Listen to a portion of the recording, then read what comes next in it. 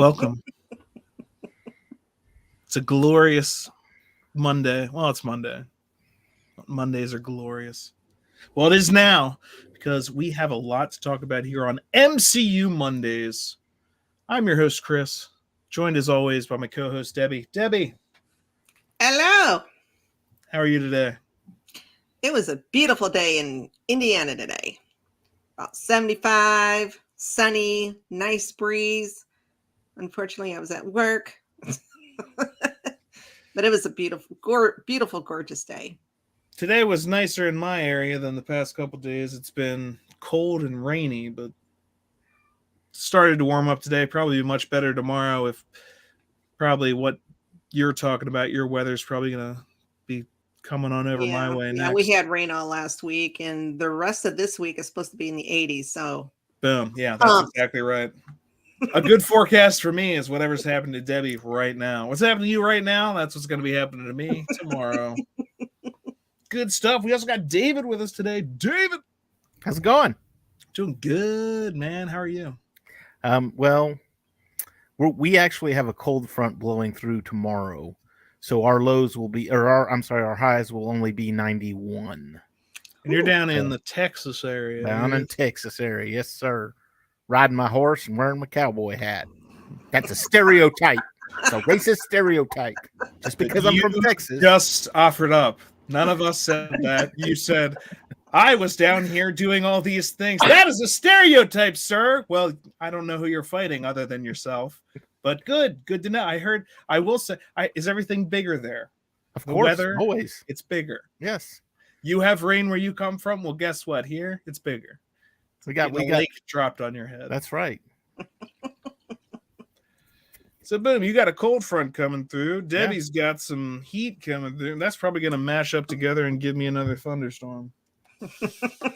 Over here on the East Coast. Just not, that's close to an East Coast accent. Come on down the shore, hun. That's a weird Maryland accent for you. And joining us back today, hopefully our special guest who can hopefully stay with us. We are not sure, but Stephen Presley of Thunder Pop. I made it in. There he is. There's our guy. Glad to have you with us today. I was over there on the Thunder Pop the other day, getting ready for the Multiverse of Madness, and now he is here on MCU Mondays to talk about the Multiverse of Madness now that we've seen it. Yeah. What a wild ride that was, as we all know by now. I'm assuming everybody's seen it.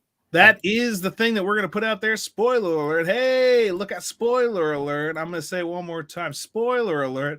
I'll probably say it a couple more times. I just want to warn you that there are going to be spoilers throughout the entire thing that we're doing here. We're going to be talking about the end of Moon Knight. We're going to talk about season finale of Moon Knight. And then we are going to talk about the Multiverse of Madness. And that has spoilers. All of those things, spoilers are coming your way. So take note of it. Spoiler alert. We're going to talk about Moon Knight. Then we're going to talk about the Multiverse of Madness. So if you want to talk about that, you want to get in on the action, make sure to join us in the comments. We've got some comments here already, but before we take a look at those, let's get our theme song out of the way so we can officially start the show. Theme song guy. Oh, yeah!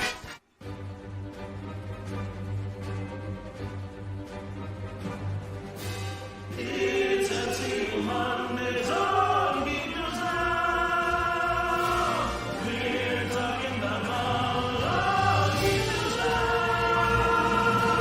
Movies and TV and comics, news, our opinions, breaking news and reviews.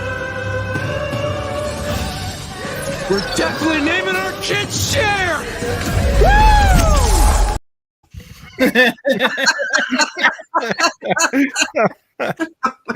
It's the multiverse. Anything can happen. I threw in some Deadpool there, cleaning up the timelines because I thought that would be funny for our opening since the Multiverse of Madness is finally here.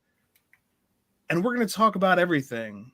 Expectations, what we thought was going to happen, what actually happened, the movie itself, everything. But we're not there yet. And I'm just going to throw it up there again. If you're just now joining us today, we're talking about all the things. All right? Spoiler alert. Spoilers. Okay. The spoilers will abound. So we're starting with episode 6 of Moon Knight, season finale of Moon Knight. That's the end. What did you guys think? I'm going to start with Steven down below. What did you think of the season finale of Moon Knight? Well, I think that it was of all the Marvel shows, especially the MCU Disney Plus series, especially those, it has left more loose ends than any of the other ones that I can recall. Just splattered all over the place. And for that reason, I can't imagine there not being more Moon Knight in the future. That's another left impression that I have. That and it was just too short. The 6 episodes. I think they try to jam too much into 6 episodes. I think it could have been a better series overall if they had made it 8 episodes and kind of spread the storytelling out a little bit. There was visually stunning things that I really enjoyed though in the last couple episodes, and I thought Oscar Isaac really added a lot of gravitas to this series with his acting, because I think he's one of the strongest actors of today.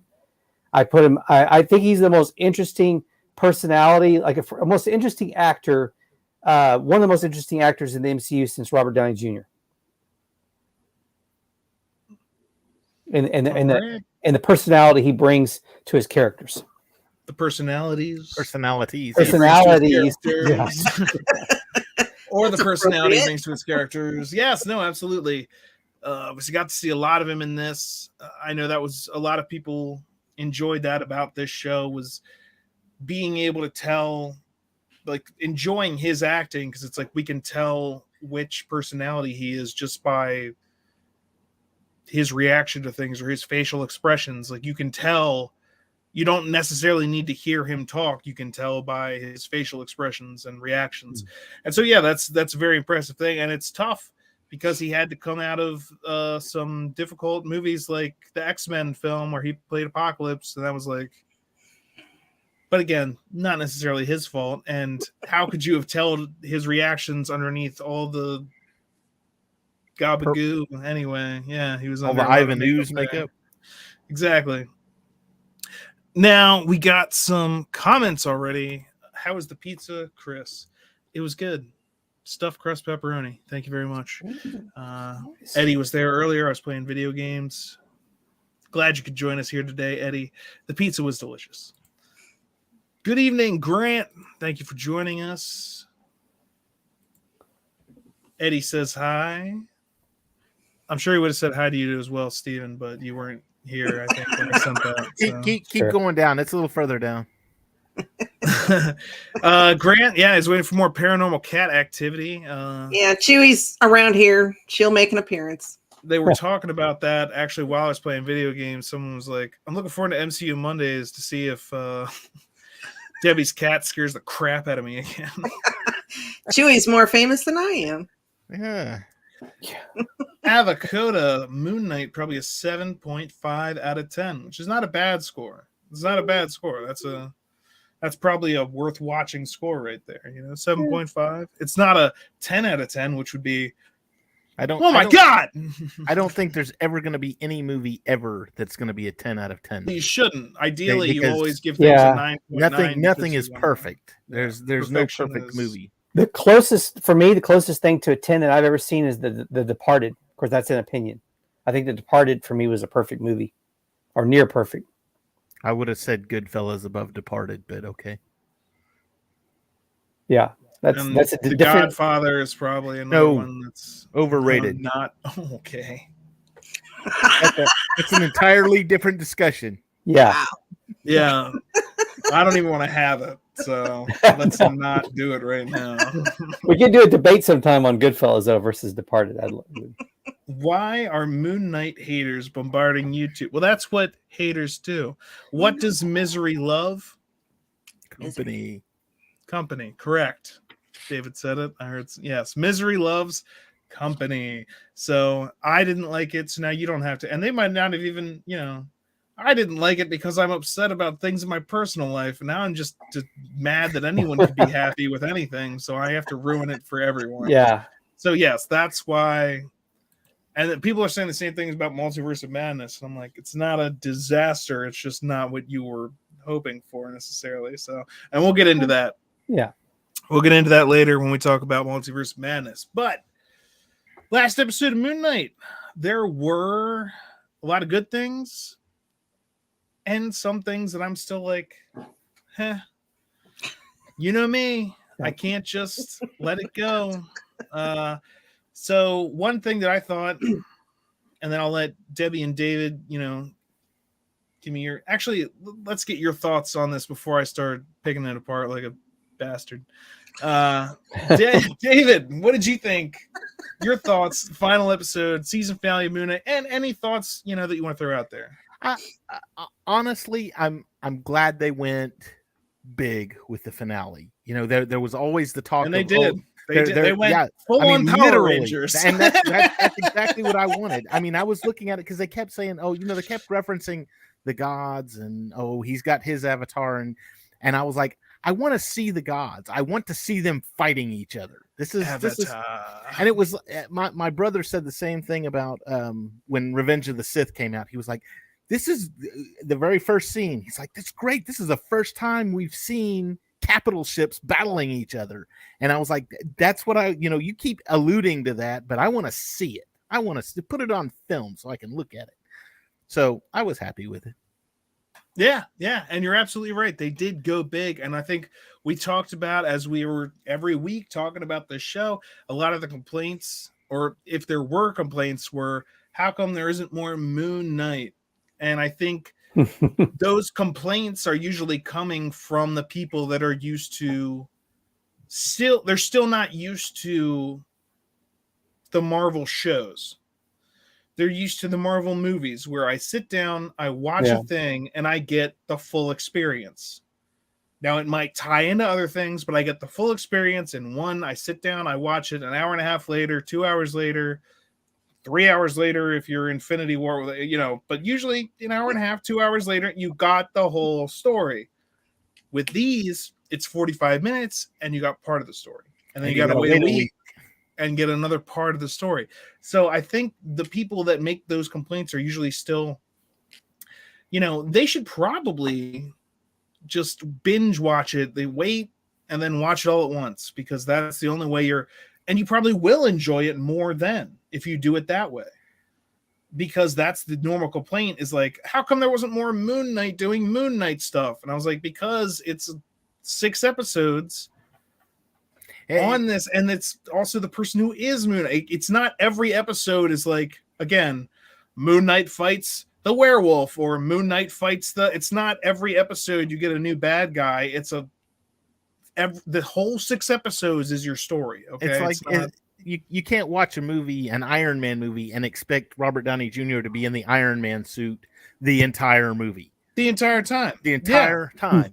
He's going to be out of that suit. Now, you'll know it's him because it's Robert Downey Jr. But the same thing goes, I think, with Moon Knight. This isn't, we don't have Moon Knight in every episode. And it's like, well, yeah, but if you watch it all at once, he's Moon Knight enough to garner the respect that you need to be showing. And as much as we love seeing Iron Man in the Iron Man suit, don't we also love seeing Tony Stark being Tony Stark outside of it? Mm-hmm. And when it comes to Moon Knight, there's not 2 just different guys. At least, there's multiple people. So, Iron Man's great, but we love to see Tony Stark whipping some butt as Tony Stark. Let the record reflect that I observed Mr. Hammer entering the chamber, and I am wondering if and when any actual expert will also be in attendance. Shut him down. Yes, Mr. Stark. Give me a fat beat to beat my buddy's chest. I want to see that personality shining through. And I think that's a really cool thing about Moon Knight, is that his personality shines through even when he is Moon Knight, because he's wearing the different costume depending on who's in control. And we saw that now that they're Steven and Mark unite. I mean, that's what happened in the last episode, and they start switching back and forth at ease, very comfortably. It's not, I need to be in control. And no, it's like, let's switch off whenever we want because we're in sync and we're yay. Which, of course, then leads to the final after the credits scene. Or was that after the credits? I don't know. The final It was, yeah. Yeah, it was a post-credit scene. But we'll get to that in just a minute. Debbie, your thoughts on this episode? I mean, what did you think of how everything kind of wrapped up, came together? The thoughts you have maybe on what did you think, Deb? I enjoyed the whole series. I thought it was a really good series, and I think I don't know if people understand that this was basically an origin story. Moon Knight's not a really well-known comic. It may be for comic readers. I'm not. So for me, this was interesting. We got a backstory. You know, we don't have to worry about them doing that in the movies if he's in the movies. But I would rate the whole series probably an 8.5. Only because I wish it could have had a few more episodes. But yeah, the finale was great. Oscar Isaac was phenomenal. I mean, Ethan Hawke was really good too. Yeah. Oh yeah. Yeah. But Oscar Amazing. was, I mean, trying to give off three, well, most of the time we only saw two, but to give off three distinct personalities cannot be that easy, and switching back and forth. So I thought he did a great job, and I I really enjoyed the series. So 8.5 for me. All right. I enjoyed it as well. I'll give it like a 7, maybe 7.5. I don't. It was definitely enjoyable. I agree. It could have used maybe a couple more episodes. I think they're still kind of working out how these shows. I mean, this is a new experiment as far as Marvel and all that's concerned. So kind of figuring out the length of each, like WandaVision was supposed to be a certain number and then it changed and then changed. And then, so they're kind of still figuring out how much they want to put in each story. And so this is kind of a new, they're basing it off of limited series type things, but they're leaving room for, They could do a second season if they wanted to. Right. They're leaving that kind of open, but at the same time, you could also just leave it as this, or even say, okay, well, we're not doing another limited series. Now we're going to do a movie, and Moon Knight's going to get a trilogy of movies, and cool. Falcon and the Winter, or Captain America and the Winter Soldier will get a series of movies, and I guess I'll take now as the time to nitpick some stuff, or not even nitpick, just here's where I rolled my eyes, for sure. And it was Layla becomes Scarlet Scarab, which is great. I love the costume. That was all awesome. Cool, great, yay. Now she's very insistent the entire time. It's temporary. Just for this. I don't want to get locked into this. It's temporary. Just for this. All right, fine. I'll do it just for this. Just for right now. Just for now. She's very, very, very, very clear that it's just temporary, a little just now, only for a small period of time. And then she's out fighting, and the little kid is like, "Are you an Egyptian superhero?" And she's just like, "Yeah." And I was like, "Doesn't you want to say just for now, just temporarily, for now. Just for a second, just for a little bit, just only today, until this is over, okay?" Blah blah blah blah.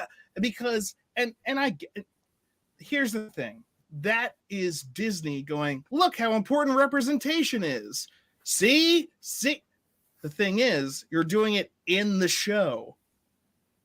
You're supposed to just do it and then let that happen. Like, remember when Star Wars came out and Princess Leia was Princess Leia?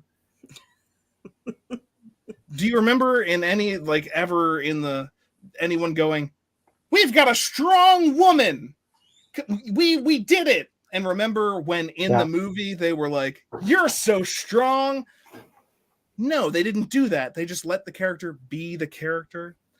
That kind of took me out of that moment when that kid was like, "Are you an Egyptian superhero?" "Yes, I am."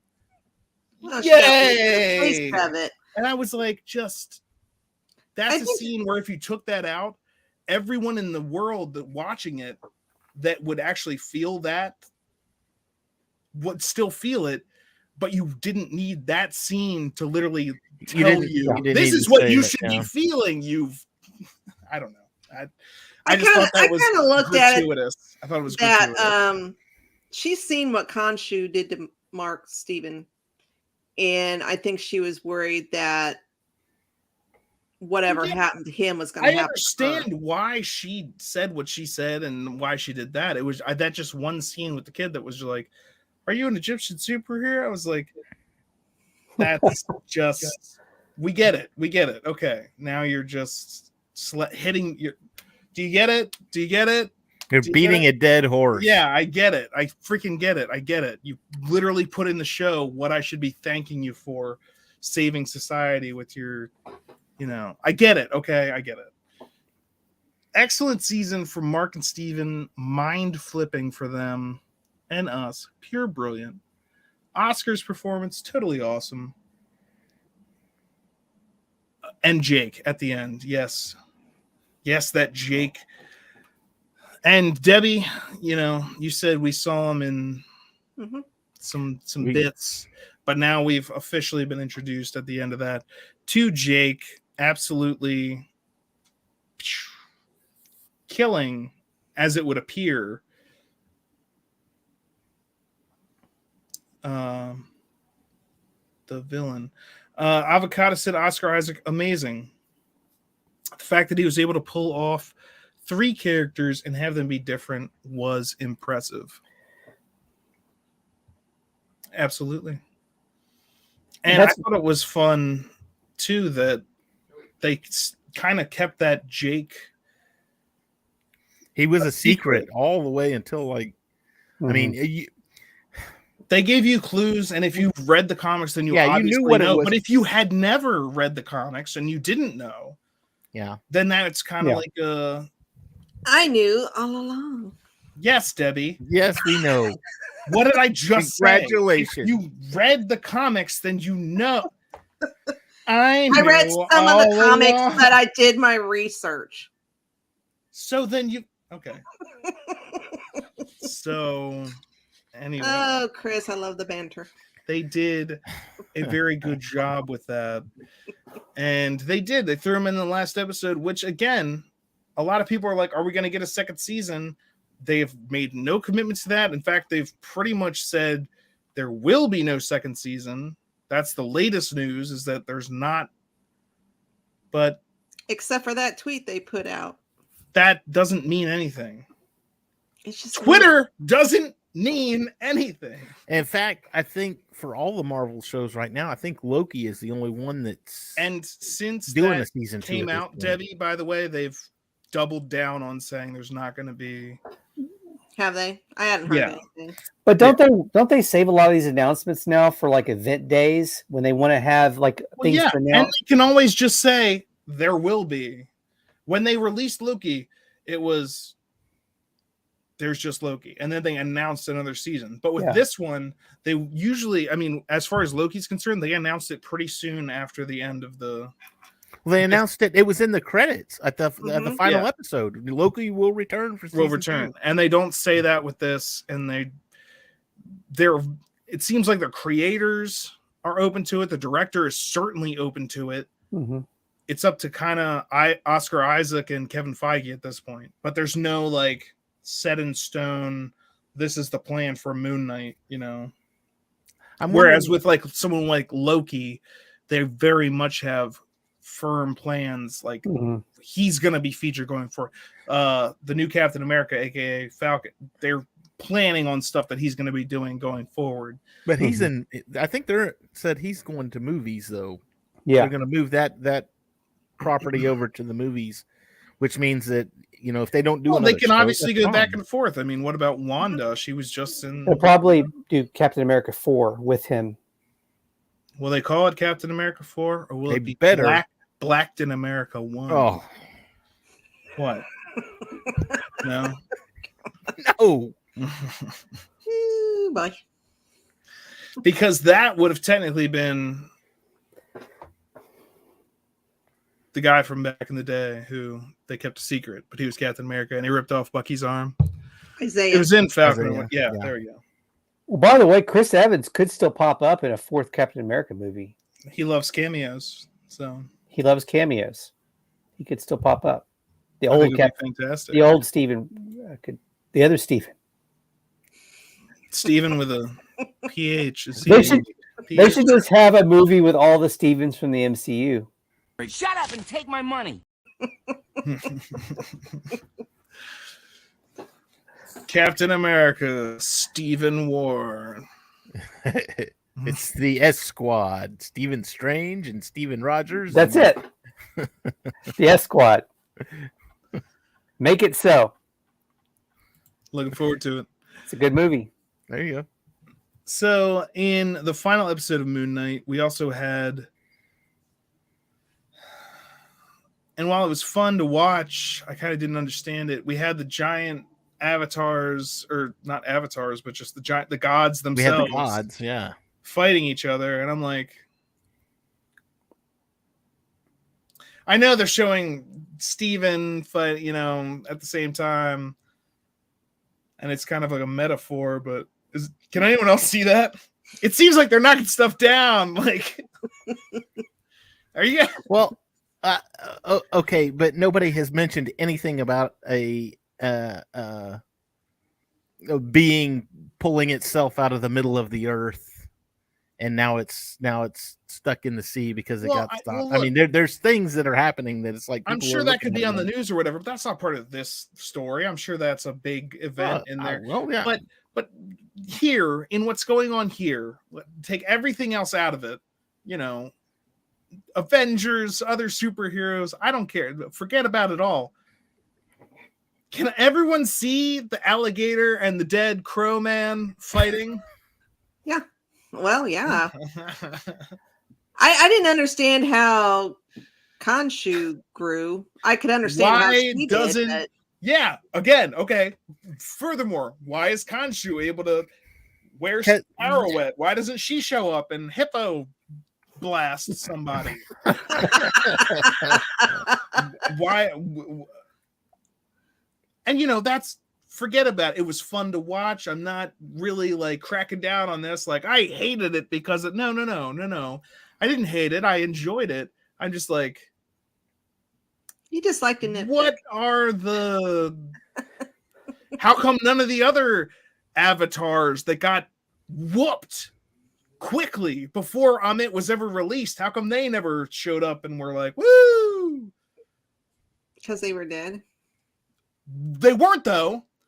Okay, you remember when he showed up to the temple and he hadn't released Amit yet, and he defeated all the other avatars? So just because a god's avatar is dead, does that mean the god is dead?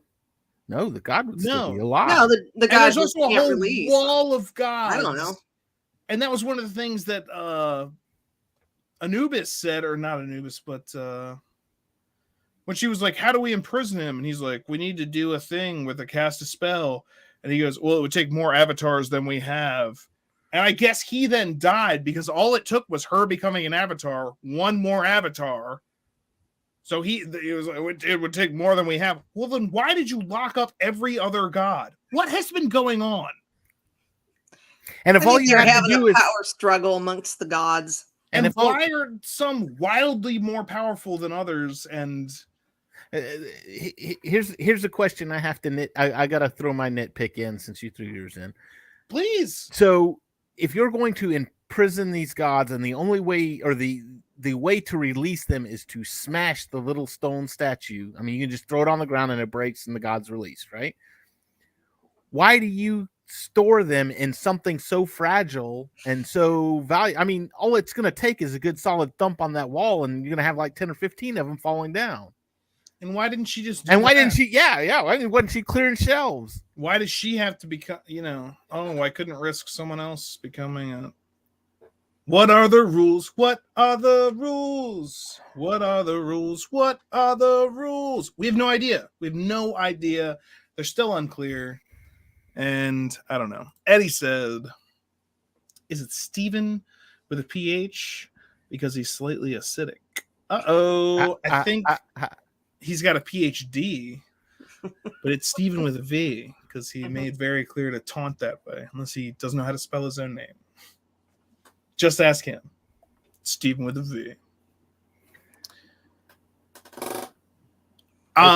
We got the last thing I want to mention on Moon Knight is we did get kind of an answer to the questions about what is really happening as far as the psychiatric ward that we were seeing.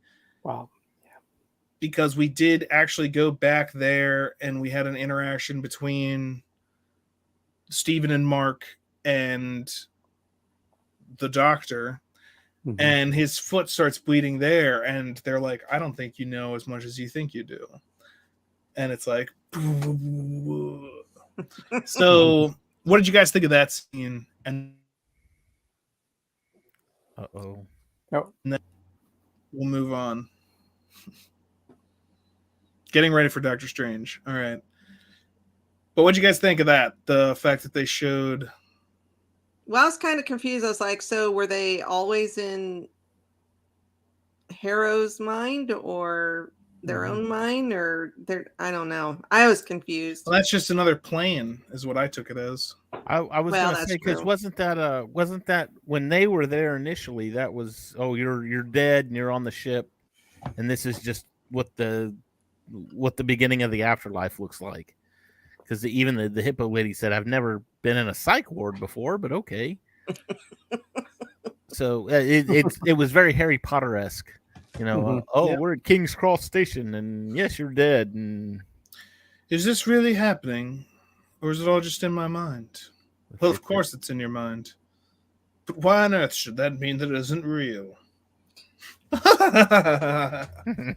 Thanks for not answering any questions. Yeah.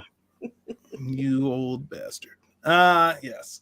So, Moon Knight. I guess, final thoughts. Anything else you want to say on Moon Knight? Is it your favorite, least favorite? Meh. I'm more time to speak on it.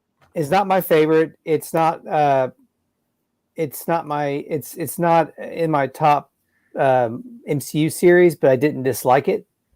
I thought Oscar Isaac has amazing chemistry with Oscar Isaac, because when the two Oscars, the two Stevens are, they give that Oscar an Oscar.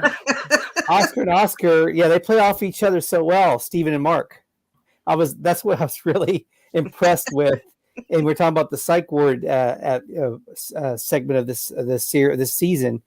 That they played off so well with each other. I almost forgot that it was the same guy doing going in, filming one scene as one character, and then coming back and filming the other scene, and probably working off of a stand-in who was in place of where they end up putting him. So I was amazed by that. I was like, man, he's got good chemistry with himself. Yeah, it's like he's good at playing off himself. It was like Gollum in the Lord of the Rings movies. Reflections. Yeah. Exactly. Absolutely. Yeah. Nobody likes you. Yeah.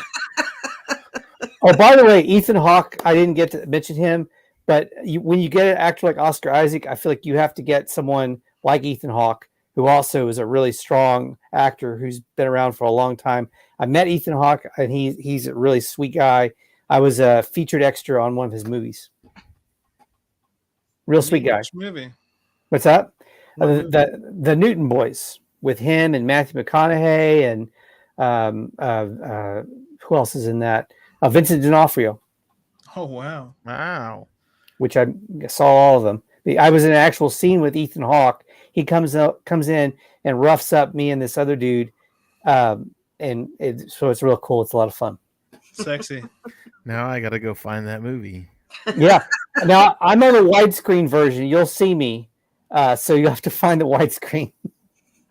You'll see me the corner of the screen. Look for D'Onofrio and Ethan Hawke. They come in and they grab us and they pull us out of the. We're trying to hit on these two two ladies at the banquet hall, and they come in and they grab us, and then they take over. They move it on the ladies.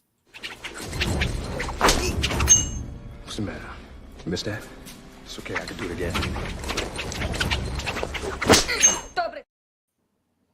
That wasn't it, but that was as close as I could get. Please now go away. Thank you. Listen, we gotta get these bitches out of here. And you tell me who's behind this. Who's behind this? Roughing up some dudes. All right. It was the most fun I ever had getting roughed up.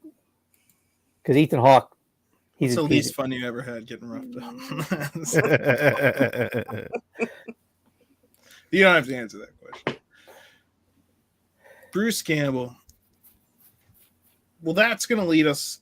Unless anyone has anything else to say on Moon Knight, now's your chance. Good Doctor series. Strange.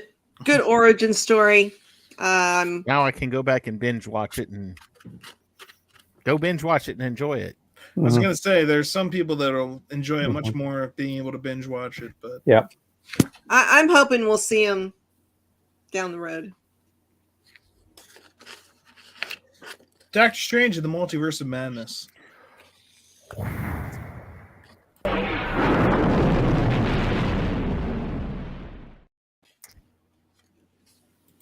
Spoiler alert. Right. Thoughts? Men, we don't know what we did. Steven? Which Steven? Steven with a V.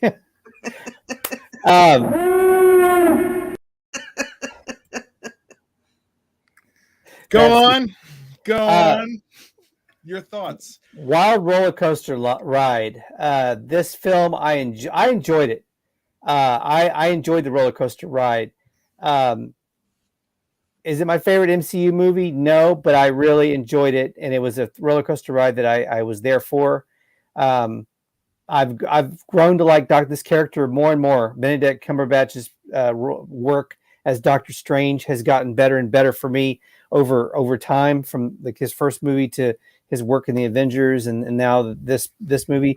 Man, Sam Raimi really went all in on the horror and terror. I kind of knew I was prepared for that ahead of time, because I had a few spoiler-free reviews that I had looked a little bit at before I went and saw the movie, so I knew that there was I was going to get a heavy dose of horror and terror, and I think that might have actually helped me to have seen those reviews, so it set those expectations ahead of time, so I wasn't totally like shell shocked like I think some people were by how he really went all in on the horror and terror. But who's better equipped to do that than Sam Raimi and use those tools in his toolkit? So I'm actually glad that Disney and Kevin Feige gave him that big of a that much flexibility with how he did this film, that they didn't put him too much, they didn't handcuff him too much, they let him do that. So you definitely see more horror aspects in this, more comparatively to any other MCU movie, like gore, more like straight up violence, more like that horror aspect. I mean, when she crawls out of the mirror, it's like, you know, it was like the Ring.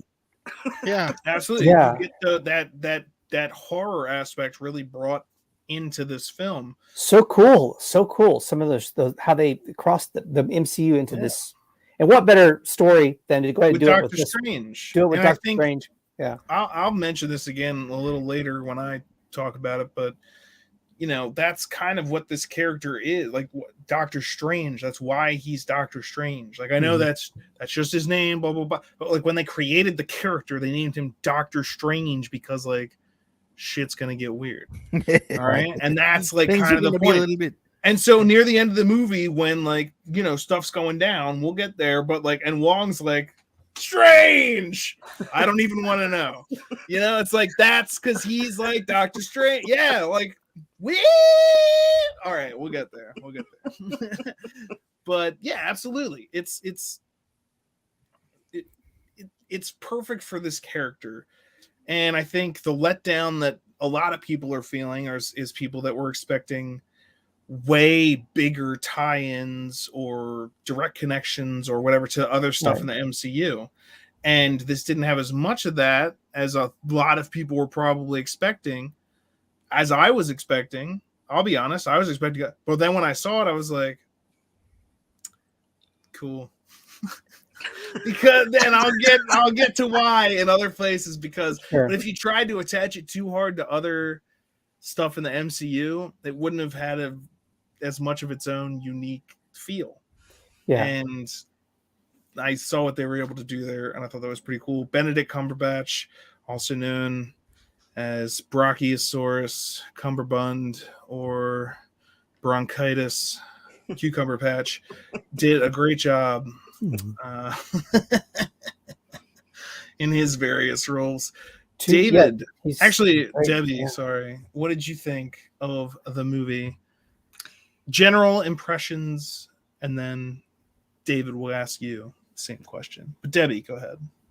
It was okay. It was basically Wanda season 2. Didn't like it as much as the first Strange movie or No Way Home. Oh, yeah. Pacing seemed off here and there. I mean, not a whole lot, just a little bit. And I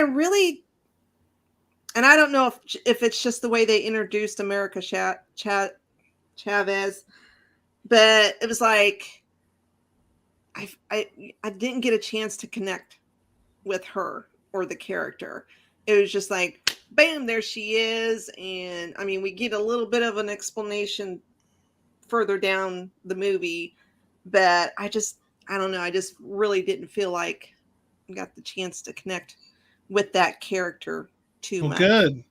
It's not called America versus the Red Scare, which is my working title for the movie, because every time they're like, don't worry, America, you can do it. You can beat the scary red thing. I'm just like, are we not seeing a metaphor for literally America versus the red? What could the Red Scare be? What could the scary red thing be? Okay, no, is that just me? Okay, anyway, America versus the Red Scare. I did like that they went dark. I think I had predicted that. Well, not predicted, but I think I had said that early on. Actually, you predicted that it was going to be Nightmare and Mephisto's demon babies. So, and I think that was one of the things too, because that's not why I was disappointed in the movie. That's not why, but it seems like to me that when they first announced the movie, when they started filming, they said it came out that, oh, this is going to be a scary movie. And I think everybody kind of made the assumption, oh, it's Nightmare.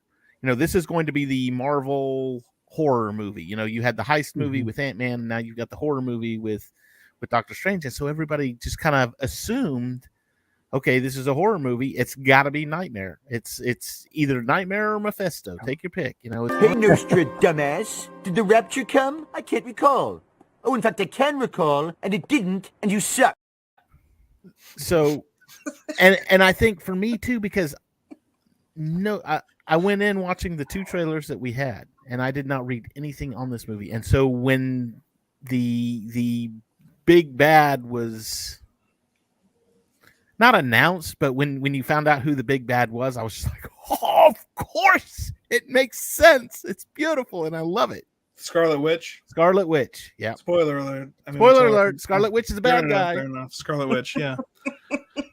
That's why it's something. I've seen that some people didn't like it. They were like, they could have called it Scarlet Witch 2, or like I said, America versus the Scarlet Witch, and Doctor Strange is a side character. But really, though, it does follow him entirely.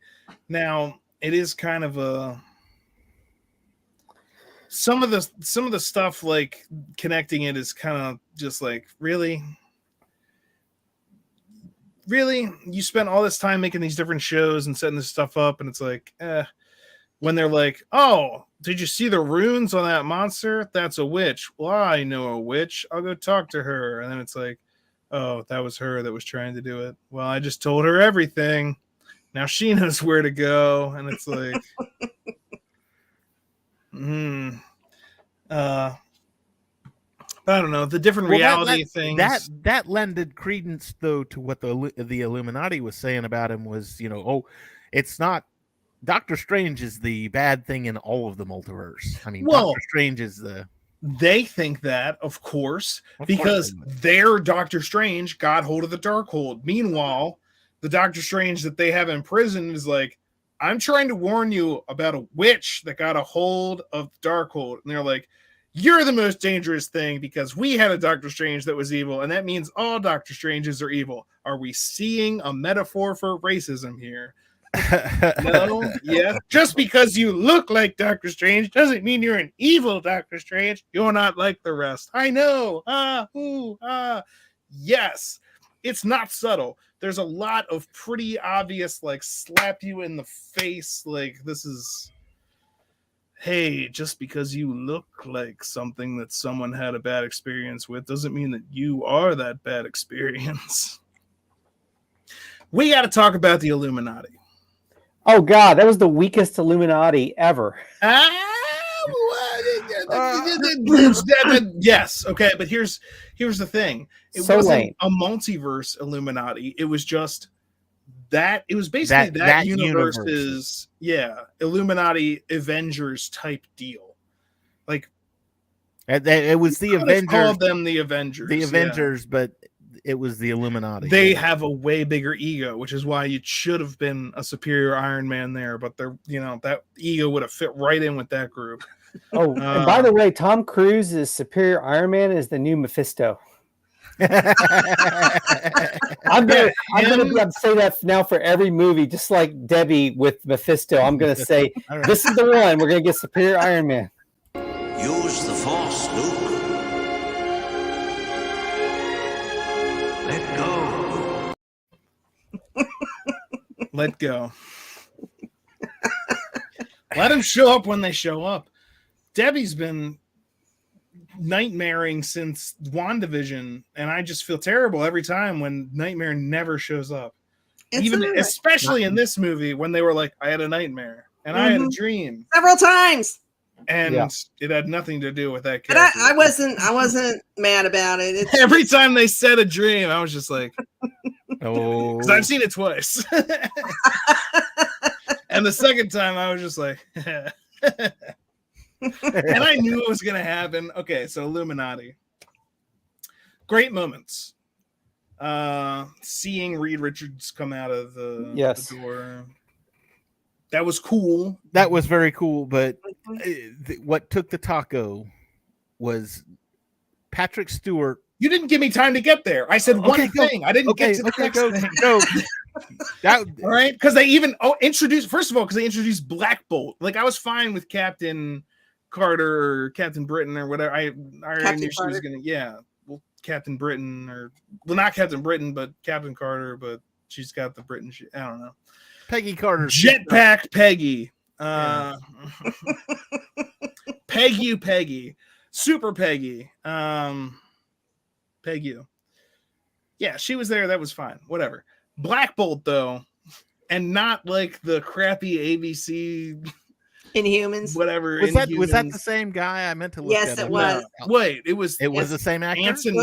Anson Mount, yes. Really? It was Anson Mount? I just didn't recognize him, I guess, with the I couldn't tell. I didn't know. My oldest son told me when we went out for Mother's Day. He was like, yeah, this is the same actor. And I was like, oh, crap. Well, that's cool. I guess we'll have to look it up now to be sure. Because right now it's just hearsay. He's leading the new Star Trek series, Strange New Worlds. Anson Mount plays Captain Pike. Yes. Yep, it was him. How do you wait?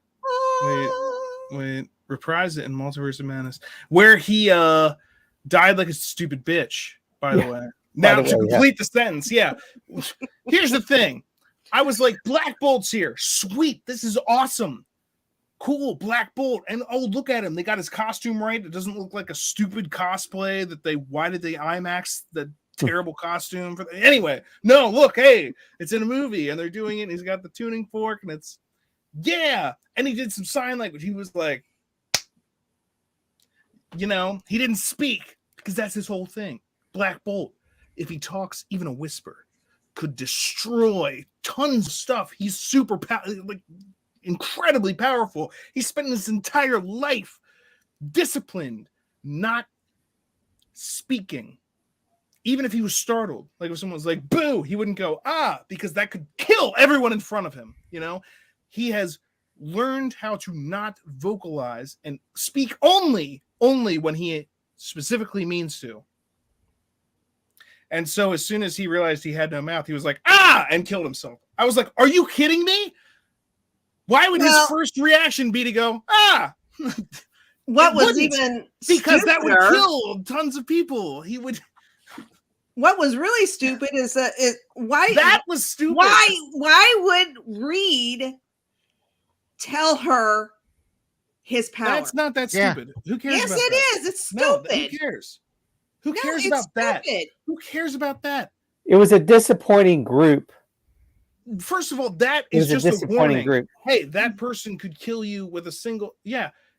And But if you who know you're cares? dealing with a very powerful witch, it was stupid. When that happened, I was like, "Are you flipping kidding it's me?" just like saying that person could stop you with a single. Just like he could have equally said Captain Marvel could stop you with a single punch, and then he could be like, "What fist?" and she'd be like, you know, it was just a different thing. It doesn't matter. She could take them all down. She and then also, by the way, that's also not even her. That was just something she was minded. That was a weaker version of her. Well, yeah, that was her from that reality being controlled by Scarlet Witch. So it doesn't matter. None of that matters. And they totally underestimated her. And that goes back to the fact that they were still being like, Doctor Strange is the most dangerous person. And we think that because we had to deal with our Doctor Strange. And why was their Doctor Strange the most dangerous? Because he read the Darkhold. And then they meet a new Doctor Strange. And they're like, you're the most dangerous person because you're Doctor Strange. And he's like, this chick was reading the Darkhold. And they're like, but you're Doctor Strange. And he's like, why does that matter? The reason they were all scared of Strange is because they knew they were all weak ass. They were a weak ass group. Well, Black Bolt's super powerful, but at the same time, like, again, you're dealing with someone who can manipulate reality to a point that. And the only reason they were able to take out their Doctor Strange is because he submitted to it before he got too bad. And that doesn't sound very evil to me. Yeah.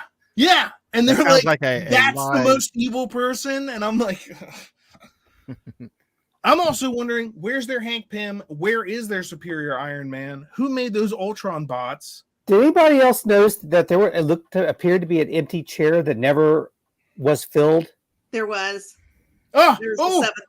Brad Pitt was there. No, it was Drax. It's the Vanisher. It's an Easter egg. It's an Easter egg there. There's another member of that Illuminati that's What's in the off. What's in the fucking box? Who's in the chair? Who could it be? That mystery to be solved later, I would hope. No, I thought it was Baron Mordo's chair because he never sat down. I thought it was Doctor Strange's, because that Doctor Strange from that reality was on the Illuminati, and if they had wiped him out, that maybe they just haven't filled the seat yet. But Baron Mordo said he took his place on the Illuminati. He took because he became the new Sorcerer Supreme, and then he took the place of. But anyway, could it have been Yoda? Yeah. Yaddle, even. Or maybe Grogu. It's a multiverse. It was awesome though when Professor X came in. Oh, yeah. The theme song playing. The theme song, yes. Yeah. He was the best. He was by far the best one.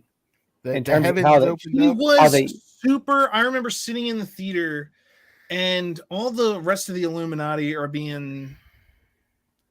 Like, I understand their motivations and why they're doing what they're doing, but I'm just like, these dumbasses, you know? And then Professor X is like, he looks at Doctor Strange and he starts telling him a bunch of stuff. And Mordo's like, we can't trust him. And Professor X is like, just because you look like something doesn't mean that that's what you are. Let's see what kind of person you actually are. And I was like, that's Professor freaking X right there. That's Professor X. He said that just because in, you made a mistake doesn't mean that's who you are. Yeah. You can He come said back that in the from other things. X-Men He movie. tries to save Scarlet Witch. Yeah, Debbie, go on. He said that to his younger self, the younger Charles in the I don't know which movie it Days was. of Future Past. It must have Yes. been because that's the only one where they're Yeah. That was the exact touching line from that through the movie. timelines.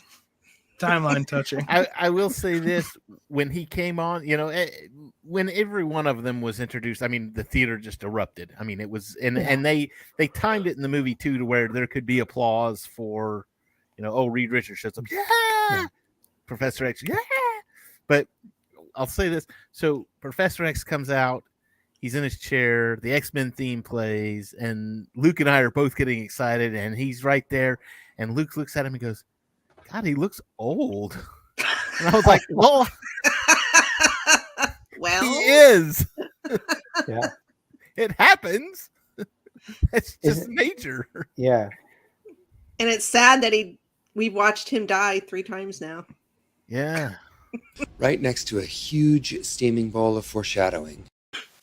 Yeah, literally when he went in to stop Scarlet Witch, I was like, not again. I know. No, not again. Into a bunch of particles. I'm just walking out of the theater. Luckily, they did it in a much better way. Steven, what'd you think of the Illuminati? What are your thoughts on that scene? What happened? What do you think? I mean, it was very. I mean, the theater erupted, like David was saying.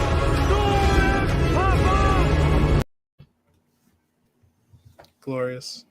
My heart beat fast when it happened. I was excited, and with every one, I was anticipating. Okay, who's this? Who are we getting next?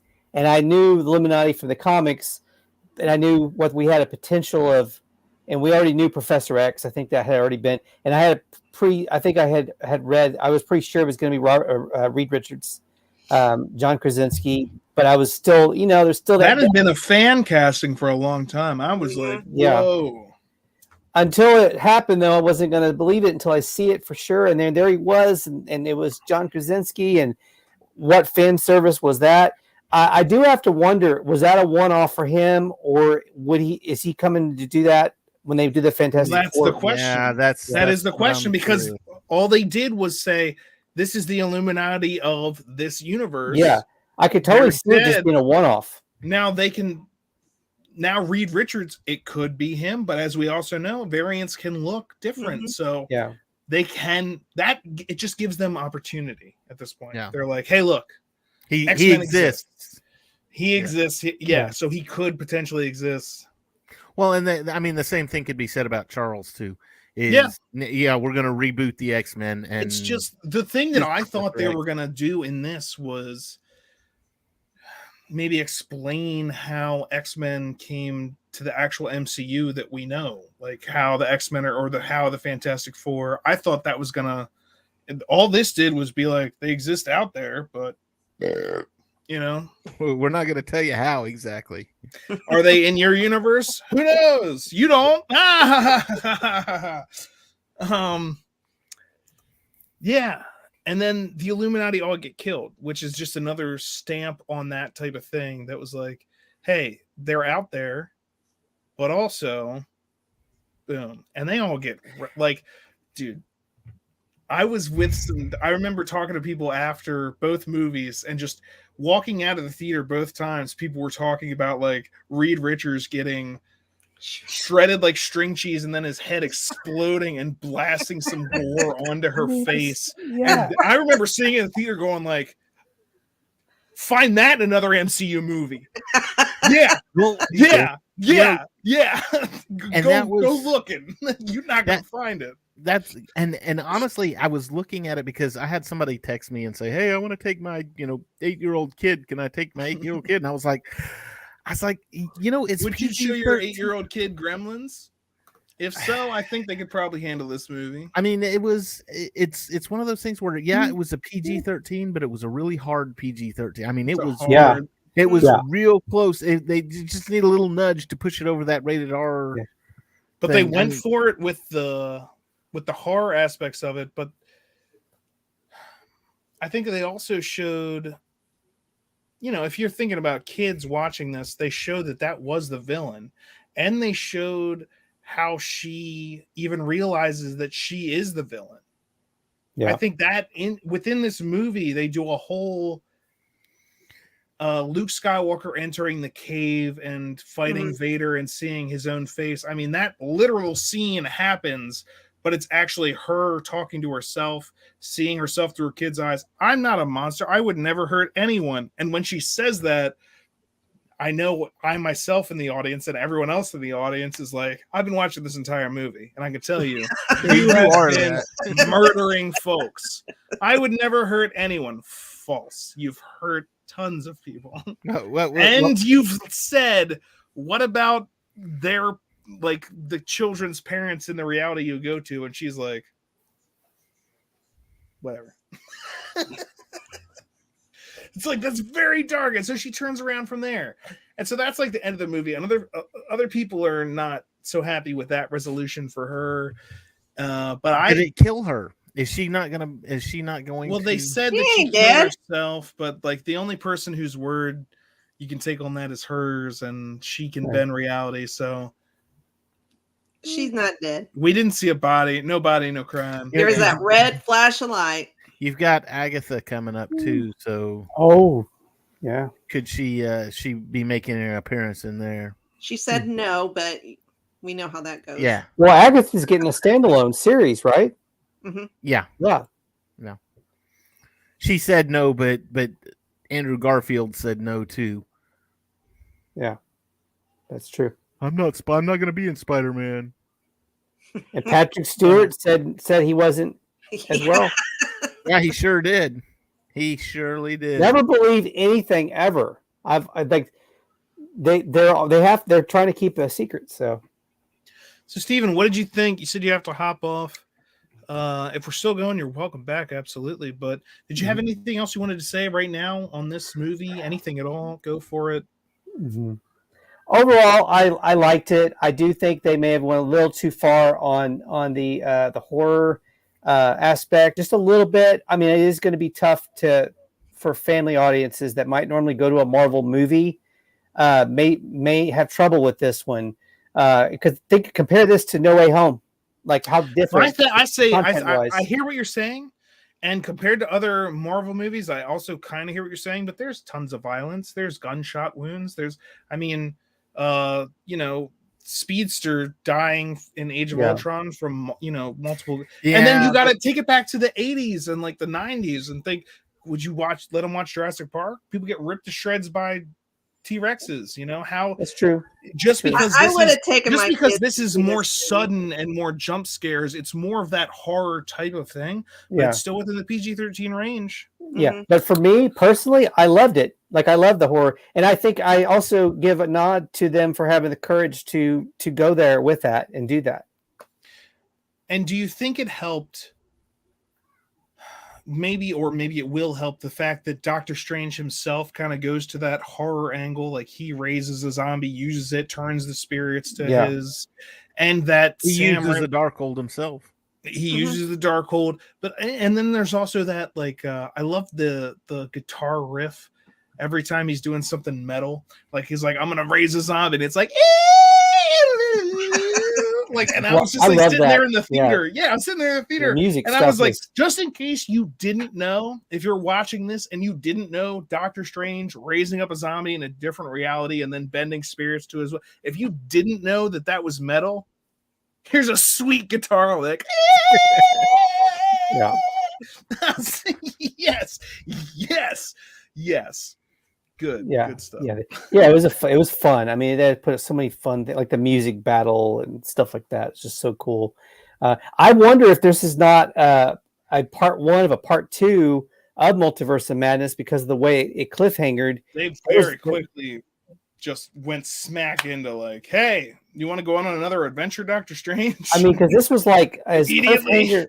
This was as cliffhanger as a Marvel movie has been since Infinity War. Yeah, it pretty much did leave in.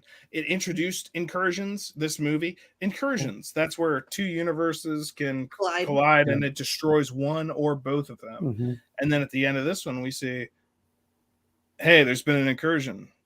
You coming or are you scared? And he's like, third eye, which the end of the movie was like him freaking out in the third eye. And it's like, oh my gosh, what's that? And then in like the credits scene, it's like, all right, here I go with my third eye. I guess he's come to like, oh my God, what's happening?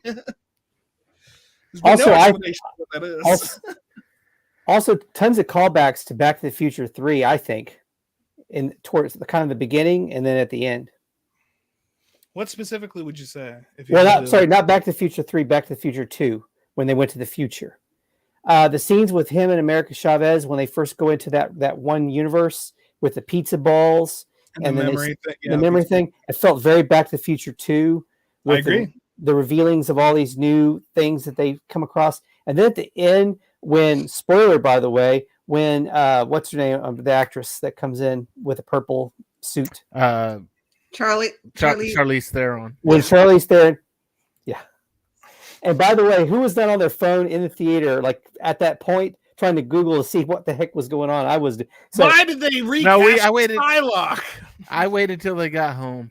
I know. I was with my friend, and he already had the phone out. I'm like, okay, Screen Rant, save me again. Tell me what. I knew who it was. But I didn't even have to research that one. That's Doc Holliday coming to grab Marty at the end of part 2 to say, hey, we got to go to the Wild Wild West now. That felt very much. Great Scott. I know, this is heavy. Don't you think, Debbie? David, have you seen Back to the Future 2, right? All the Back to the Futures? Of course. Mm-hmm. Yeah. Why don't we just find baby Thanos, and... First of all, that's horrible. If you travel to the past, that past becomes your future, and your former present becomes the past, which can't now be changed by your new future. So Back to the Future is a bunch of bullshit? Back to the Future rules do not apply to the MCU. They took time out of their time travel movie to say, no. This part of the time travel doesn't work. Kiff, we have a conundrum.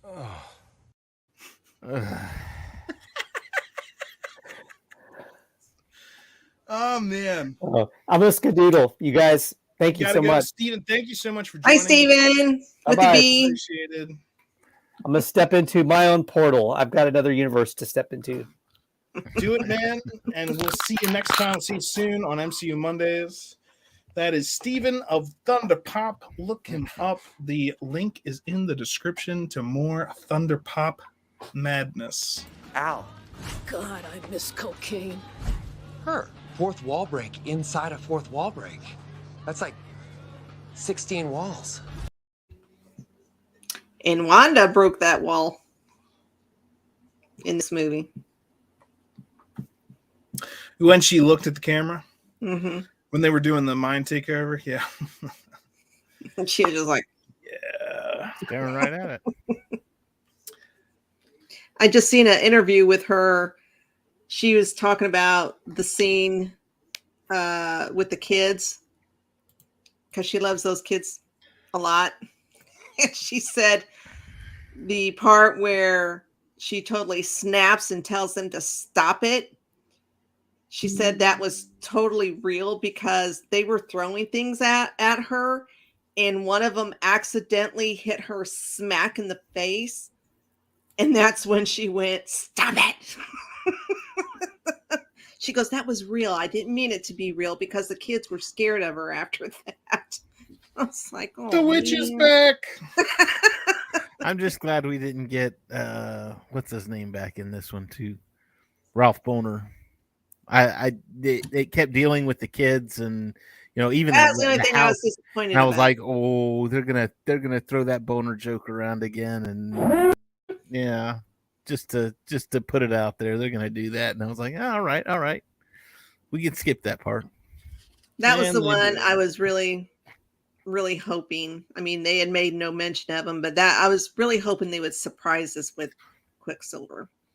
That was the only one I was kind of mad about. So. Well, and honestly, they could have. I mean, with as many different universes as a nice Wanda was in, with with the kids and interacting with them and raising them. I mean, it could have happened, but yeah, but everyone was wondering about things pertaining to this universe that we actually live in, and most of this movie was taking place in other universes. And some of the stuff was so absolutely just like, oh, the Darkhold, that's the evil book. Well, then what we need is the Book of Ashanti. It gives a sorcerer anything he needs to win. And I'm just like, do you want to try and make it more compelling than that? Or more that's kind of than easy. Just this is God mode. And then it's like, oh, they blew up the book. Now we have to go somewhere else. And I was like, well, where else can you go? Apparently, the only thing you could do was the book that gives you whatever you need, which again, that sounds just about as evil as the demon book. Doesn't that just give you whatever you need, but there's a price? What's the price with the good book? Oh, this is Then it's good. Why didn't she just go for that book then? Yeah. And then apparently the Darkhold, there's many copies of that, but it's like, oh, it was made here. This is a tomb. Oh, it's not a tomb. It's a throne. Oh, and then in fact, it is a tomb because she kills herself there. So it's like, it's a foreshadowing. It's not a foreshadowing. Oh, she destroyed the Darkhold in every reality. How did she do that? Well, she destroyed the two on her reality. Well, why did that destroy it? Why did that destroy all the... What? Don't think about that. Just enjoy the movie. Hey, bright lights, lasers and stuff. Hey, look at this tentacle monster. It's not... But there's a lot of fun stuff. I enjoyed the music fight. What'd you guys think about the music fight? Do I have to describe more? It was in this movie. There's a music fight. Tell me what you thought of the music fight. I don't know. I didn't enjoy Danny Elfman music in this. I really didn't. I thought that was the best part of the music fight. I really liked music. I kept hearing Batman. What's wrong with that?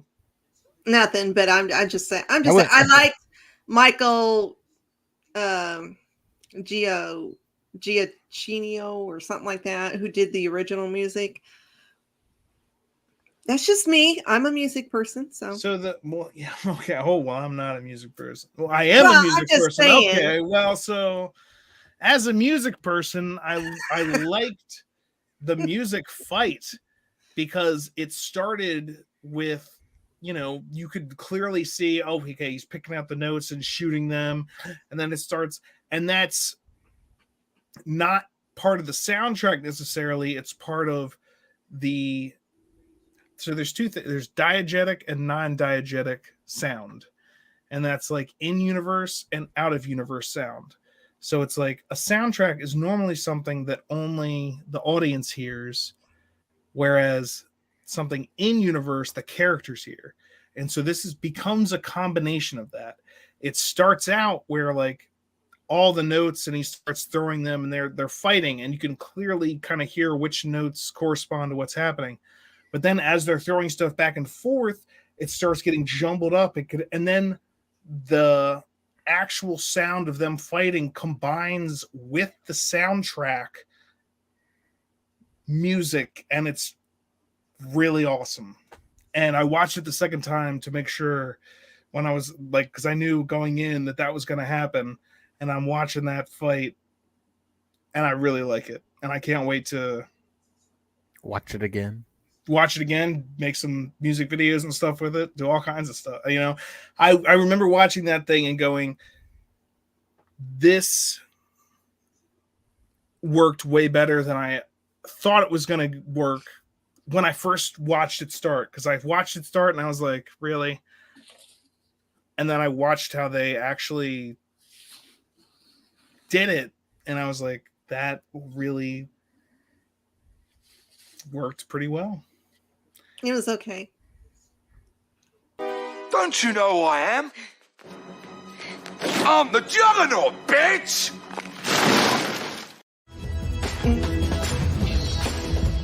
Excuse me, I'm Eric Lensher. Charles Xavier. Go fuck yourself. I will be talking for myself. This is an open and shut case, and anybody who can't see that is a savage and an idiot! Who is in control of these clips?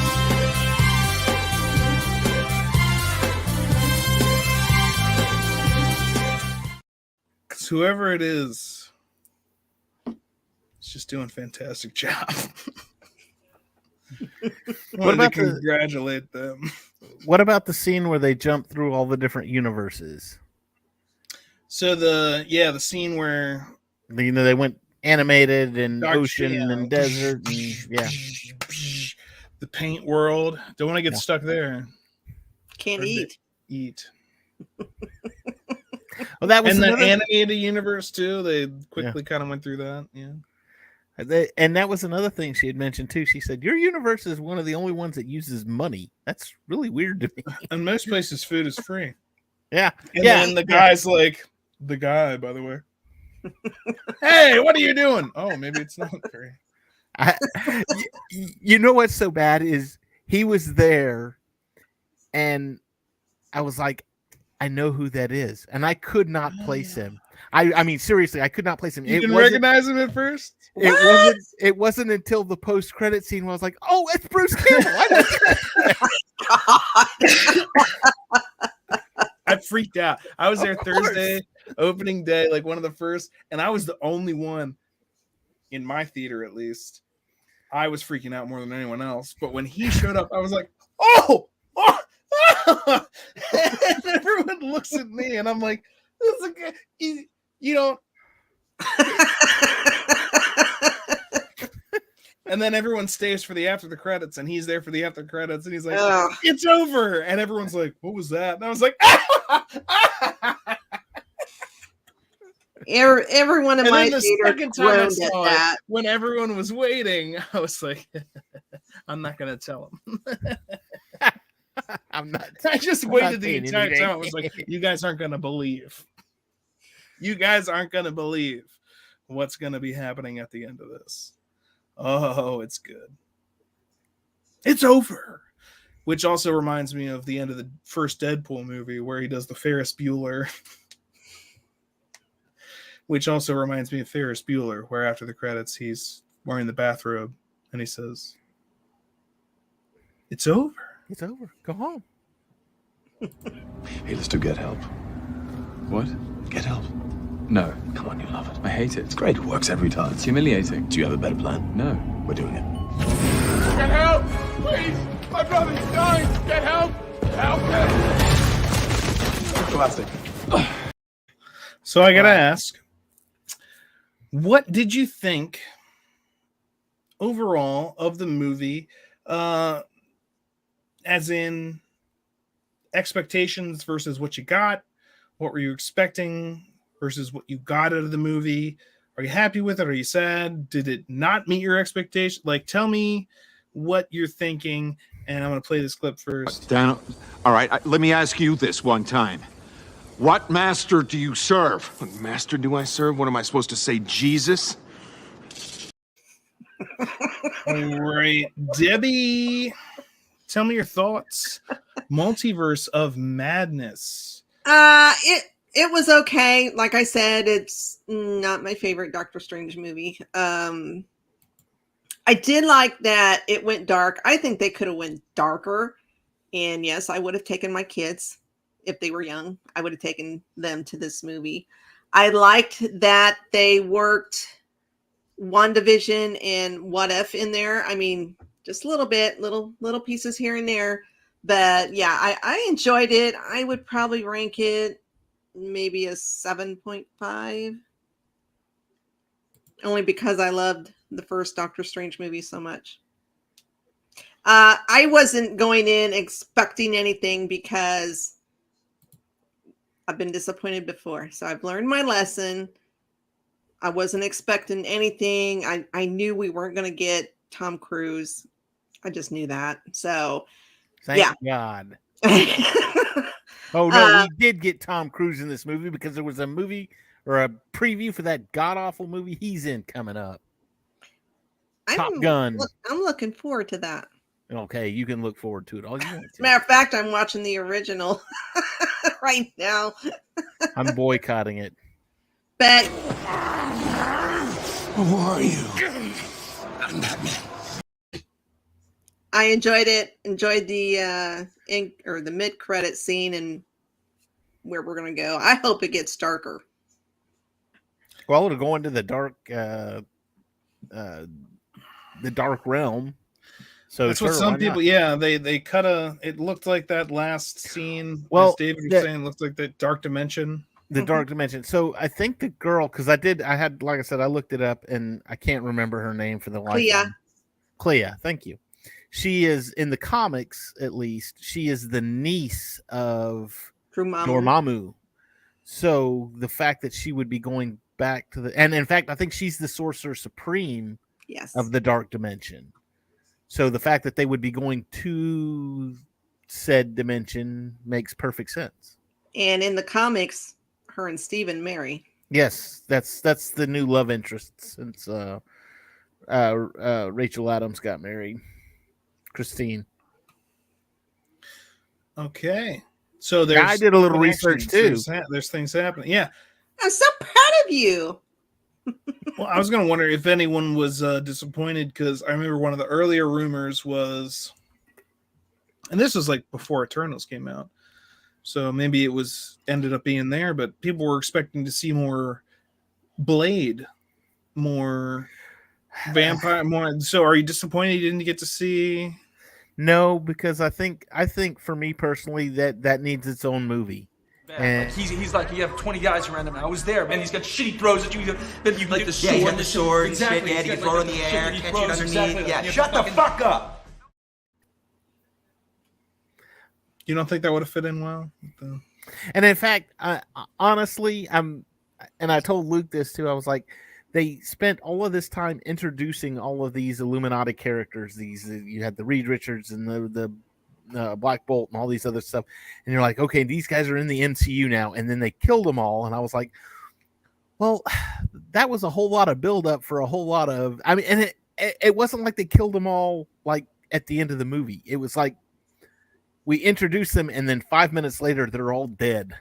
Yeah, I wish it could have been around just a tad bit longer. I mean, even Patrick Stewart was dead, which I was just like, hell. He still was better. That was disappointing, but okay. And the thing is, though, it's just, again, there's infinite universes, though. There's infinite universes. Yeah. And it's I'm with you. I'm like 100%. Anyone that's been watching the show has been listening to me knows that I was excited for this movie because I thought we were going to get some questions answered on how X-Men are going to be joining how these different things are going to be joining Fantastic Four, how they're going to be actually connected. And truth be told, we did get that answer. The answer is America Chavez. Yeah. That's the multiverse connection. That's the multiverse connection. Now, I still don't know. And am I disappointed that I don't know how they're going to do? I think it's kind of cool, actually, because I still don't know how they're going to do it, man. Like, how are the X-Men going to come into the 616? How is Fantastic Four going to come into the 616? I don't know. I thought this movie was going to tell me that, but it just said, yeah, they exist. They exist. They're there. But you don't know how they're going to be in the 616. Yeah. Well, America, it's like a love-hate thing. Yeah. America has learned to control her powers. She knows. You started to think like a CEO, taking out the competition. I like that. You think you're making a problem for me? I'm gonna make a problem for you. I'm gonna be seeing you again real soon. Gonna be seeing you again real soon. I also think this is all going to lead right into Secret Wars.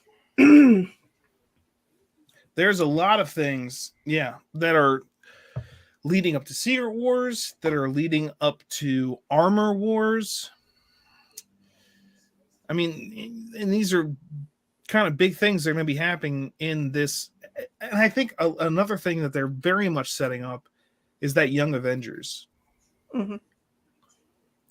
They got Wanda's kids existing all over the place. Who knows how they're going to actually exist in the 616? Because again, they don't exist in that reality, but they're setting up She-Hulk, which probably will lead to the Young Hulk or Hulk Jr., or whatever the hell he's called. And they already introduced America Chavez. So like these are all part of this group that's going to be probably leading phase 4. And they might also the introduction of the Illuminati here might lead to the creation of the Illuminati in the universe that we're familiar with. But all the things that I thought questions were going to be answered was not nearly so much so as I had expected. So again, I can see why people, if they were expecting this to like answer a bunch of questions, I can see how that would disappoint you. That was probably my one disappointment. Where the hell was Vision? Where was he during all of this? The White Vision at the end of Wanda. I mean, he could have talked Wanda off of that ledge. Well, the answer he should have been the key, but in the comics, Debbie, what was the place that he discovered? Or starts with an A. I can't remember it off the top of my head. Yeah. I don't remember, but I know what you're talking about.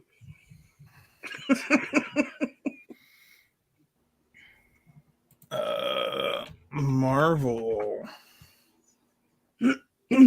Marcus? No, that's not right. It's like a whatever. Anyway, so yeah, it could have something to do with that. He's off doing that kind of thing, or he doesn't want to be with Wanda because he's in the Darkhold. Bat crap crazy. And also, he is just like a transferred mind. Like he might be going through some of his own stuff at this point. He might be off learning about himself.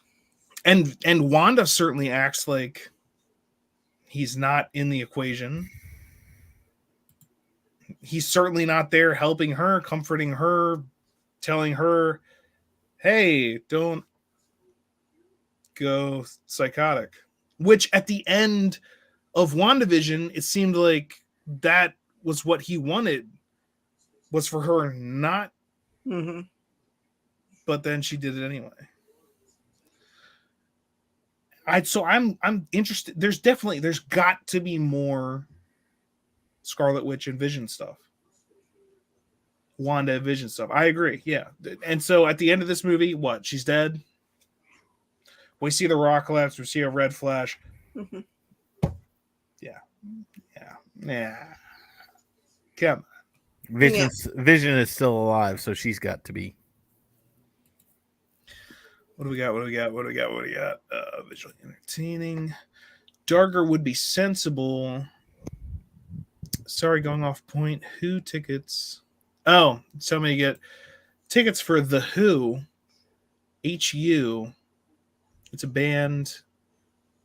And I'll look into it, but it's not Marvel, so didn't disappoint. Big question is, where does it end? Well, never. It never ends.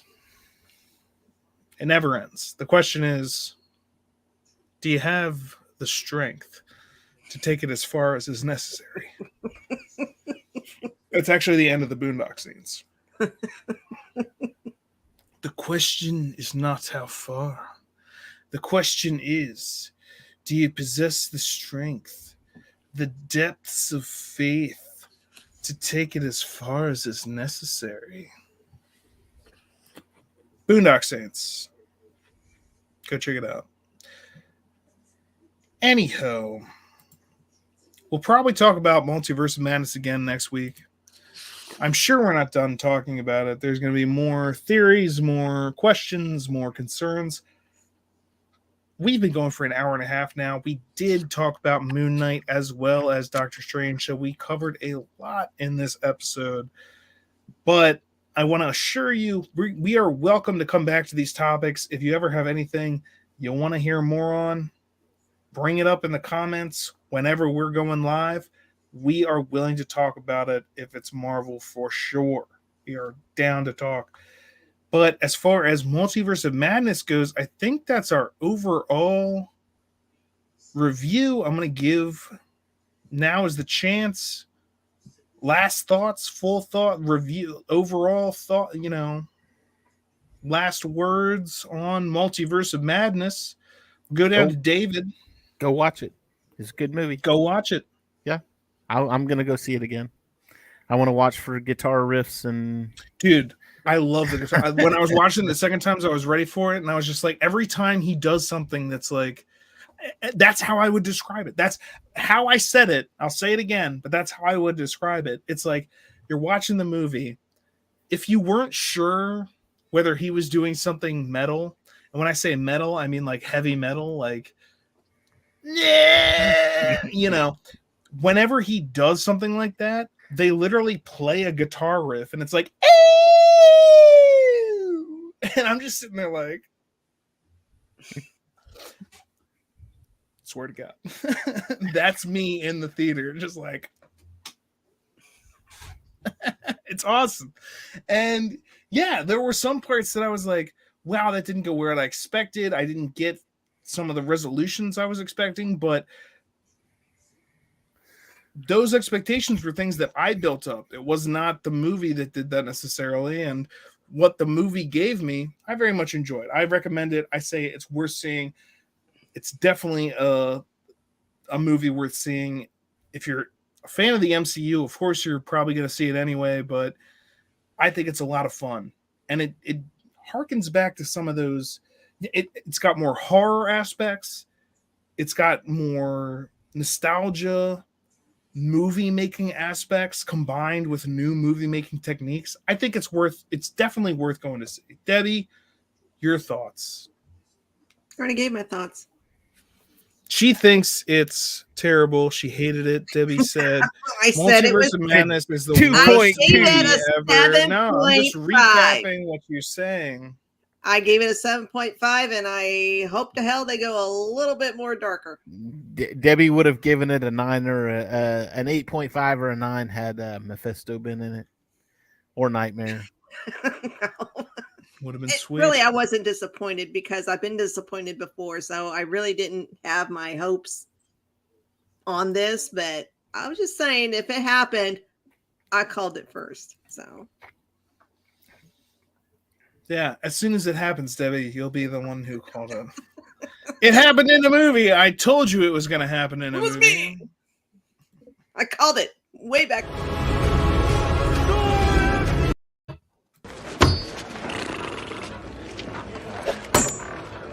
Tristan, how do you do that? I aim for the middle. All right, that's our time for tonight, ladies and gentlemen. How are you supposed to get a head in there? Jack, could you put your head in there? No. Try to put your head in there. No, go ahead. Try to put your head in there. See, Ivan, he can't put his head in there. That's not a helmet. It's a head.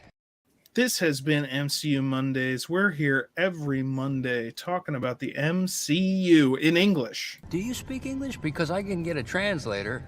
I don't know. Have you been understanding everything I'm saying? Very good, man.